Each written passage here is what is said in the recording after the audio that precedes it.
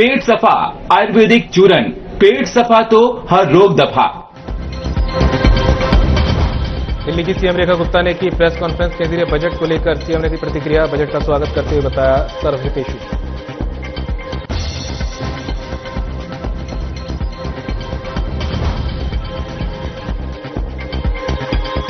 केंद्रीय महिला एवं बाल विकास मंत्री अन्नपूर्णा देवी का जन्मदिन। दिल्ली की सीएम रेखा गुप्ता ने दी बधाई और शुभकामनाएं। सीएम ने की अच्छे स्वास्थ्य और लंबी उम्र की कामना।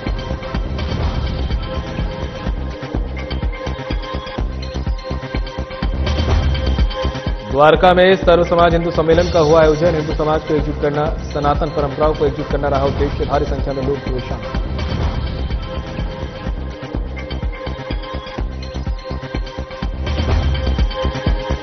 गुरु सुदर्शन संघ जैन साधु सम्मेलन। मुख्यमंत्री रेखा गुप्ता ने की कार्यक्रम में शिरकत। सीएम रेखा गुप्ता ने सभी को दिया साधुवाद।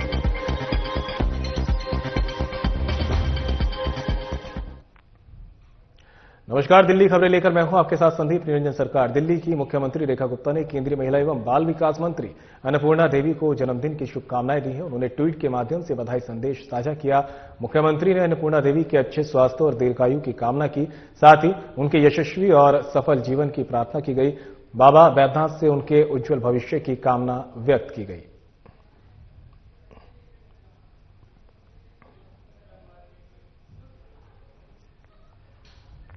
द्वारका सेक्टर 13 स्थित एनसीडी पार्क में सर्व समाज हिंदू सम्मेलन का सफल आयोजन किया गया। सम्मेलन का उद्देश्य हिंदू समाज को एकजुट करना, संस्कृति के प्रति जागरूकता बढ़ाना और सनातन परंपराओं को मजबूत करना रहा। सेक्टर 13 और 14 के बड़ी संख्या में लोगों ने कार्यक्रम में भाग लिया। कार्यक्रम की शुरुआत हवन के साथ हुई। मुख्य अतिथि डॉक्टर सुमन कुमार ने कहा कि समाज की मजबूती के लिए सभी का एक साथ रहना जरूरी है। उन्होंने युवाओं और परिवारों से अपनी संस्कृति और परंपराओं से जुड़े रहने की अपील की। सम्मेलन की अध्यक्ष उर्मिला शर्मा के मार्गदर्शन में हुई है, जिसमें प्लास्टिक के न्यूनतम उपयोग पर विशेष ध्यान दिया गया। समापन पर सामाजिक एकता, महिला सशक्तिकरण व पर्यावरण संरक्षण का संकल्प लिया गया तथा आयोजन समिति ने सभी का आभार व्यक्त किया।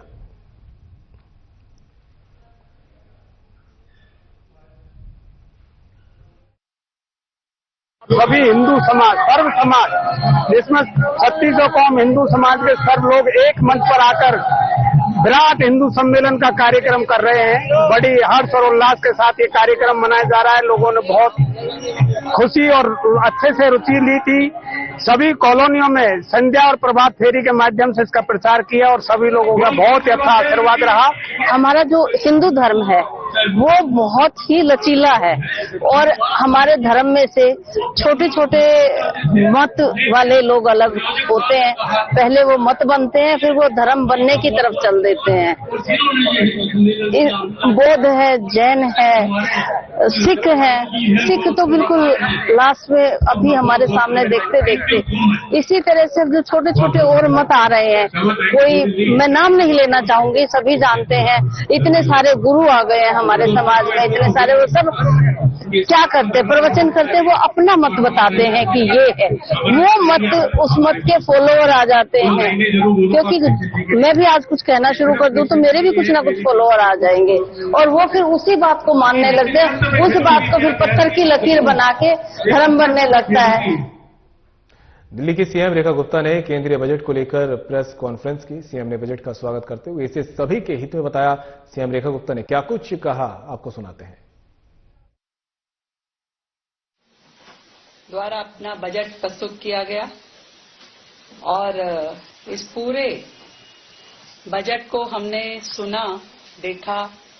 माननीय वित्त मंत्री जी ने इसे संसद पटल पर प्रस्तुत किया और मैं अपनी ओर से देश के यशस्वी प्रधानमंत्री नरेंद्र मोदी जी को दिल से धन्यवाद देती हूं कि जिनके मार्गदर्शन में विकसित भारत के संकल्प को मजबूत आधार देने वाला हमारा ये बजट हमारी वित्त मंत्री निर्मला सीतारमण जी द्वारा रखा गया। और वित्त मंत्री निर्मला सीतारमण जी का भी बहुत बहुत आभार व्यक्त करती हूं, जिन्होंने एक बहुत ही संतुलित, दूरदर्शी और आम नागरिकों की जरूरत के अनुसार इस बजट को बनाया और हम सबको दिया। साथ ही मैं देश के गृह मंत्री अमित शाह जी का भी विशेष रूप से धन्यवाद करती हूं कि जिन्होंने दिल्ली की सुरक्षा और कानून व्यवस्था और प्रशासन से जुड़ी जो व्यवस्थाएं हैं उनको मजबूत करने के लिए हमें विशेष रूप से संबल दिया। और मैं ये कह सकती हूं कि ये जो पूरा बजट है ये देश के हर वर्ग को भरोसा देता है, गरीबों को सहारा देने वाला बजट है। ये युवाओं को मौका देने वाला, महिलाओं को सम्मान और ताकत देने वाला और देश की अर्थव्यवस्था को आगे बढ़ाने और एक साफ रोड मैप दिखाने वाला ये पूरा बजट है। और जो 3 बातें हमारी आदरणीय वित्त मंत्री जी ने कही, 3 कर्तव्यों की बात कही, वो बहुत ही शानदार थी कि ये बजट 3 बड़े कर्तव्यों से प्रेरित है और यही इसकी सबसे बड़ी ताकत है। पहला कर्तव्य है देश की आर्थिक वृद्धि को तेज करना और लगातार उसे बनाए रखना, दोनों चीजें। दूसरा कर्तव्य है कि लोगों की आकांक्षाएं पूरी करना और लोगों की परिवारों की क्षमता बढ़ाना ताकि हर नागरिक देश के विकास में भागीदार बन सके। और तीसरा कर्तव्य जो आदरणीय प्रधानमंत्री नरेंद्र मोदी जी का विजन है, उनका मंत्र है सबका साथ और सबका विकास। इस विजन को सही मायने में जमीन पे उतारने के काम इस बजट ने किया ताकि हर परिवार, समुदाय इनको साधन भी मिल सके और अवसर भी मिल सके। ये बजट मुझे पूरी तरीके से युवाओं के लिए, महिलाओं के लिए, मध्यम वर्ग सभी के लिए मौका देने वाला, अवसर देने वाला और भारत की प्रगति को एक नए आयाम तक लेके जाने वाला मुझे लगता है। और इस बात को भी मैं पूरे विश्वास के साथ कहती हूं कि आज जो दिल्ली सरकार है वो केंद्र सरकार के साथ मिल करके बजट में दी हुई अधिकतम योजनाओं का लाभ ले सकते हैं। दिल्ली सरकार लगातार केंद्र के साथ मिल करके एक विजन, जो विजन 2047 है, विकसित भारत, विकसित दिल्ली, हम उस पर काम कर रहे हैं। लगातार केंद्र से संपर्क में रहते हुए हम अपनी परियोजनाओं के लिए फंड भी लेके आते हैं और हर योजना पे केंद्र के साथ मिलकर काम भी कर रहे हैं हम। तो ये सारा का सारा जो बजट है इसमें हर एक एस्पेक्ट को जब मैंने देखा तो दिल्ली के लिए मुझे बहुत ही ये शानदार बजट दिखाई देता है जिसमें रोजगार के भी अवसर हैं, डेवलपमेंट के लिए भी हमारे साधन हैं और पूरी तरीके से इस बजट को हम दिल्ली के हित में मानते हैं। बहुत ही शानदार लगा मुझे इस बजट में महिलाओं के लिए जो प्रोविजन रखा गया, विशेष रूप से हमारी लड़कियों के लिए जो हॉस्टल्स हैं। अब हर जिले में जब हॉस्टल बनेंगे तो लड़कियों को बेहतर एजुकेशन के लिए, अपने रोजगार के लिए अवसर मिल पाएंगे। अन्य राज्यों से आकर के भी लोग जिस राज्य में वो अपनी पढ़ाई करना चाहते हैं, रह करके काम करना चाहते हैं, उन्हें अवसर मिलेंगे। दिल्ली भी इसमें सहभागी होगा। ये एक बहुत बड़ा मुझे लगता है कि देश को एक बूस्ट मिलने वाला है इस चीज से। युवाओं के लिए भी हमने देखा कि अनेक प्रकार की योजनाएं और एक तरीके से नेक्स्ट जनरेशन बजट इसको कहें तो कोई गलत नहीं है, जिसमें स्वास्थ्य पे, खेल पे, पर्यटन पे, हर चीज को रोजगार के साथ जोड़ा गया है। और इस बजट से कुल मिला के ग्रोथ भी मिलता है, सुधार भी मिलता है और जनता को राहत भी मिलती है। मैं जब इन सारे प्रोविजंस की बात करती हूं तो विशेष रूप से कहना चाहूंगी कि इस बजट में जो हमें दिल्ली के लिए एलोकेशन मिला, जो 1348 करोड़ रुपए, उसके लिए भी मैं धन्यवाद देना चाहती हूं। शासकी के अंतर्गत जो 3 राज्य, दिल्ली, पुडुचेरी और जम्मू एंड कश्मीर, इसके लिए पहले बजट हुआ करता था 6275 करोड़ रुपए, अब उसको बढ़ा के 15380 करोड़ कर दिया गया है। तो ये तीनों राज्य जो लेजिस्लेचर वाले हैं, इनको इसका सीधा लाभ मिलेगा और दिल्ली इस पूरे लाभ में से अधिकतम लेके जाने का प्रयास करेगी। इसी तरीके से सेंट्रली स्पॉन्सर्ड जो स्कीम्स होती हैं केंद्र सरकार की, उसका बजट भी बढ़ाया गया है केंद्र द्वारा इन तीनों राज्यों के लिए।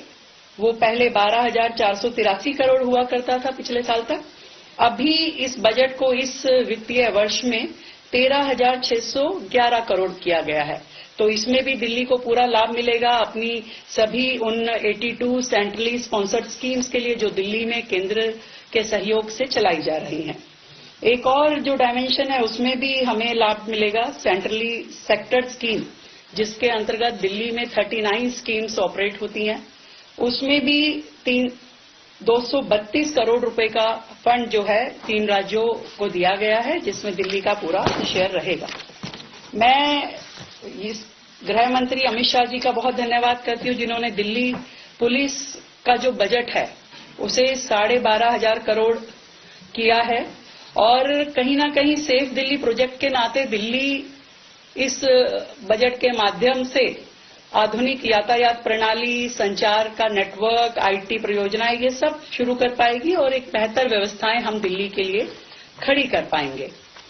बहुत ही शानदार तरीके से दिल्ली में जो केंद्र सरकार द्वारा संचालित हॉस्पिटल्स हैं उसका फंड भी लगभग 10,000 करोड़ कर दिया गया है, जिसमें AIIMS, Safdarjung, Ram Manohar Lohia, lady Hardinge, Kalawati Saran children hospital इत्यादि हैं। ये भी दिल्ली के लिए हेल्थ केयर में एक अच्छा बूस्ट है, क्योंकि हमारे इस शहर के लाखों लोग इन हॉस्पिटल्स में इलाज पाते हैं। ये हमारे लिए सीधा सीधा एक अच्छा काम है जो केंद्र ने हमें दिया है।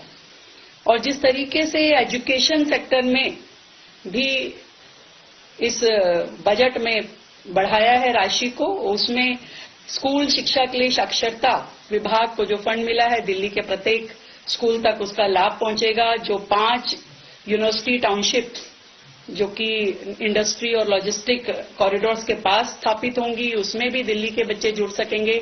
और हम कोशिश करेंगे जो हमारी नरेला में एजुकेशन हब हम बनाना चाहते हैं उसको इस परियोजना के अंतर्गत लेकर के आए। जो हायर एजुकेशन में आईआईटी, एनआईटी, आईआईएम और अन्य यूनिवर्सिटियों को साधन मिल रहे हैं, उसमें भी दिल्ली की यूनिवर्सिटीज को, आईआईटीज को हमें लाभ मिल पाएगा और दिल्ली के लिए हम उसमें काम करेंगे। और बहुत ही शानदार योजना के माध्यम से, जिसका जिक्र मैंने अपने गणतंत्र दिवस के वक्तव्य में भी दिया था, जो ऑरेंज इकोनॉमी की बात माननीय वित्त मंत्री जी ने की और उसको मजबूत करने के लिए जो कदम उठाए हैं वो सच में काबिले तारीफ हैं। AVGC, animation, visual effect, gaming and comic, इस सेक्टर में काम करते हुए जो केंद्र योजना बना रहा है कि 15,000 सेकेंडरी स्कूल और 500 कॉलेजेस में कंटेंट क्रिएशन लैब्स जो स्थापित होंगी, हम इसमें दिल्ली के सेकेंडरी स्कूल्स और कॉलेजेस को भी जोड़ेंगे और दिल्ली इस सेक्टर के लिए बेहतरीन काम करेगी, क्योंकि दिल्ली खुद एक इंडस्ट्रियल की बजाय सर्विस सेक्टर स्टेट है। तो हम चाहेंगे कि हमारे युवा, हमारे इस राज्य के स्टूडेंट इस फील्ड से जुड़ें और वो अपने लिए यहाँ पे बेहतर रोजगार ले पाएं।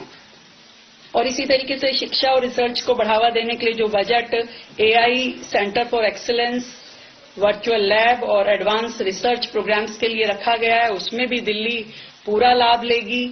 और क्लाउड कंपनीज के लिए जो 2047 तक टैक्स की छूट देने का फैसला किया, ये एक बहुत बड़ा फैसला है और इससे भारत में डाटा सेंटर का बेहतरीन इस्तेमाल हो पाएगा और इस सेक्टर में लोगों का निवेश भी बढ़ेगा। दिल्ली में हम चाहेंगे कि इस योजना का पूरा लाभ लेते हुए हम दिल्ली को इसमें आईटी हब के नाते डेवलप करें और इस योजना को अपने यहाँ इसका पूरा लाभ भी लें। मैं धन्यवाद करना चाहूंगी साथ में पर्यावरण, वन एवं जलवायु परिवर्तन मंत्रालय का बजट भी इस साल बढ़ाया गया लगभग 1100 करोड़ रुपए और दिल्ली एनसीआर में इस बजट के माध्यम से पर्यावरण की समस्या को बेहतर समाधान देने में खर्च किया जाएगा और हम सब दिल्ली वासी इससे लाभान्वित होंगे। और ट्रांसपोर्टेशन की दृष्टि से जो 7 हाई स्पीड रेल कॉरिडोर्स बन रहे हैं, उसमें दिल्ली वाराणसी रेल कॉरिडोर हमें मिलना एक बहुत ही सम्मान की बात है। इससे दिल्ली का ट्रांसपोर्टेशन इंफ्रास्ट्रक्चर भी डेवलप होगा और एक बड़ा बूस्ट हमारी ट्रांसपोर्ट सेक्टर को इससे मिलेगा। मुझे खुशी है कि स्पोर्ट्स में जो बजट बढ़ाया गया है उसमें भी लगभग 1100 करोड़ रुपए का इंक्रीमेंट है और साई को भी इसमें 880 करोड़ की जगह जो पहले मिलते थे उसमें 917 करोड़ रुपए जो मिले हैं वो हमारे स्टेडियम्स के रखरखाव के लिए, गेम्स को बूस्ट करने के लिए, स्पोर्ट्स पर्सन को असिस्ट करने के लिए खर्च होगा। तो दिल्ली के स्पोर्ट्स पर्सन भी और हमारे स्टेडियम भी इसमें रिवाइव होंगे और हम लोग दिल्ली राज्य इसका लाभ उठा पाएगा। महिलाओं के लिए जो हॉस्टल मैंने बताया वो हम हर जिले में बनाएं और अपनी दिल्ली की लड़कियों को इसमें फायदा दे पाएं, ये हमारे लिए एक बड़ा काम है और इसको हम जरूर करेंगे। एक शानदार काम जो केंद्र सरकार ने अपने इस बजट के माध्यम से किया है ग्रीन एनर्जीज की ओर, यानी कि बैटरी बनाने वाली मशीनों पे जो छूट का दायरा बढ़ाया गया और जो बैटरी एनर्जी स्टोरेज सिस्टम के में इस्तेमाल होने वाला सामान है अब उस पर ड्यूटी नहीं लगेगी। और इसी तरीके से जो सोलर ग्लास बनाने में इस्तेमाल होने वाले मटेरियल है उसको भी ड्यूटी फ्री किया गया। तो इस सबसे मुझे लगता है कि ईवी व्हीकल्स और सोलर पैनल्स ये इनकी मैन्युफैक्चरिंग सस्ती हो पाएगी और दिल्ली क्योंकि आने वाले समय में ईवीज पे इतना काम कर रहा है, अपने सोलर पैनल पे, ग्रीन एनर्जीज पे इतना काम कर रहा है, तो हमें इसका पूरा लाभ हम दिल्ली के नाते लेंगे और अपनी दिल्ली को पूरी तरीके से सोलर, ईवी इनसे जोड़ते हुए हम केंद्र के साथ में बातचीत करते हुए मैक्सिमम फंड को अपने यहां यूटिलाइज कर सके, इसके लिए हमारा प्रयास रहेगा। मुझे लगता है कि ये पूरा का पूरा जो क्लीन एनर्जी इस्तेमाल की तरफ ये कदम केंद्र सरकार का है और इससे क्लीन एनर्जी इस्तेमाल भी बढ़ेगा, घरेलू मैन्युफैक्चरिंग भी बढ़ेगी, ग्रिड जो इंटीग्रेशन है वो भी इसमें जो सरकार का फोकस है इसमें मजबूत होगा और दिल्ली इसमें अपना पूरा रोल निभाएगी। मैं इस सारे विषयों पे जब देखती हूं तो मुझे इस बजट के माध्यम से लगता है कि दिल्ली का ये साल जो है बेहतर योजनाएं लेने का काम है, क्योंकि पहले जब दिल्ली सरकार और केंद्र सरकार काम करती थी तो दिल्ली राज्य का एटीट्यूड, जो पिछली सरकारों का एटीट्यूड हमेशा रहता था कि भी केंद्र से हमें मदद नहीं मिलती है या केंद्र हमें सपोर्ट नहीं करता, जबकि केंद्र ने हमेशा अपना असिस्टेंस दिया है। केंद्र ने डिजास्टर मैनेजमेंट में भी, जब मैं पुरानी फिगर्स भी देख रही थी तो तब भी कोविड के समय हो जब 165 करोड़ रुपए सिर्फ नेशनल डिजास्टर द्वारा दिए गए थे, अलग अलग सालों में हर हेड में दिल्ली को पैसा मिला, बजट मिला, परंतु दिल्ली राज्य उसे इस्तेमाल ही नहीं कर पाता था। यहां तक कि जो हमारी सेंट्रली स्पॉन्सर्ड स्कीम्स थी उनको लेने की तरफ कभी दिल्ली की पिछली सरकारों का इनिशिएटिव ही नहीं रहता था। पर हम दिल्ली की जनता को मैक्सिमम बेनिफिट मिले और दिल्ली की जनता केंद्र द्वारा दी गई हर राशि का उपयोग कर सके, इसके लिए सारी जितनी भी सेंट्रली स्पॉन्सर्ड स्कीम्स हैं या फिर हमारी सेंट्रली सेक्टर की जो स्कीम है उसका लाभ दिल्ली तक लेकर के आएंगे। और मैं तो ये भी कहना चाहूंगी कि केंद्र सरकार ने जो इस बार हमें पहली बार दिल्ली राज्य को पब्लिक बोरोविंग की जो फैसिलिटी दी है, जो परमिशन दी है, वो हमारे लिए एक लाइफलाइन है, जिसके माध्यम से हम 21,000 करोड़ रुपए मार्केट से लेने में सक्षम हुए हैं, जो कि पूरी तरीके से कैपिटल एक्सपेंडिचर के नाते से दिल्ली में काम आएगा। एक बहुत बड़ा बूस्ट है दिल्ली राज्य के लिए, क्योंकि हमें फ्लाईओवर, सड़कें, हॉस्पिटल, स्कूल, इंफ्रास्ट्रक्चर हर चीज पे काम करना है। तो ये एक बड़ा अमाउंट है जो केंद्र की मदद से हमें मिल पाया और इसके साथ हम काम कर रहे हैं, तो ये भी इसके लिए भी। और फिलहाल इस बुलेटिन में मेरे साथ इतना ही, दीजिए इजाजत, नमस्कार।